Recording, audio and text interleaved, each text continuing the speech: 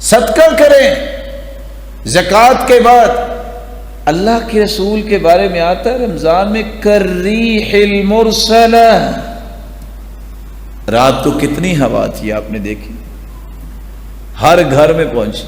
حدیث کہتی ہے اللہ کے رسول اتنے سخی تھے کہ ان کی سخاوت ایسی تیز ہواؤں کی طرح ہوتی جس طرح تیز ہوائیں ہر گھر تک پہنچتی. اللہ کے رسول کی سخاوت ہر گھر تک پہنچتی.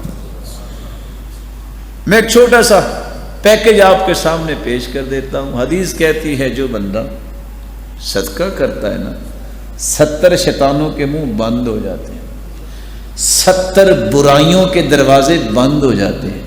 جو صدقہ, یہ میں حدیث کے مفاہیم پیش کر رہا ہوں چونکہ ٹائم تھوڑا ہے. جو صدقہ کرتا ہے نا اللہ تعالیٰ اس کے جسمانی بیماریوں کو دور کر دیتا ہے. جو صدقہ کرتا ہے اس کی قلبی بیماریوں کو دور کر دیتا ہے. جو صدقہ کرتا ہے معاشرتی بیماریوں کو اللہ دور کر دیتا ہے. جو صدقہ کرتا ہے جس طرح پانی آگ کو ختم کرتا ہے, صدقہ اس کے گناہوں کو ختم کر دیتا ہے. جو صدقہ کرتا ہے اللہ کا غصہ ٹھنڈا ہو جاتا ہے, اور جو صدقہ کرتا ہے اللہ اسے بری موت سے بچا لیتے ہیں.